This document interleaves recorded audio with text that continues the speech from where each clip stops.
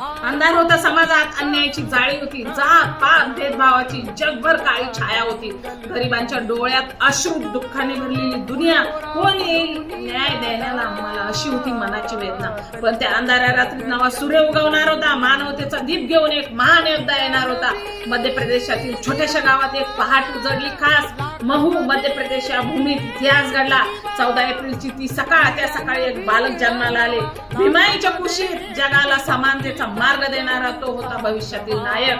त्या बालकाचे नाव होते भीमराव रामजी आंबेडकर, ज्यांच्या विचारांनी नंतर जगाला नवा आकार. आई भीमाई आंबेडकर प्रेमाने त्याला वाढवत होती. गरिबीतही संस्कारातील सोन्याची शिदोरी देत होती. भीमाच्या बालपणीच मार्ग सोपा नव्हता, अजिबात सोपा नव्हता. फक्त जन्मामुळे माणसाला मानवतेची किंमत नव्हती, पण त्या भीमाच्या डोळ्यात एक ज्वाला पेटली होती. अन्यायाच्या त्या भिंती तोडण्याची त्याच्यामध्ये शक्ती होती. पुस्तक झाले त्याचे शस्त्र, ज्ञान झाली त्याची ढाल. मेहनत आणि जिद्दीने त्यांनी बदलली काळाची चाल.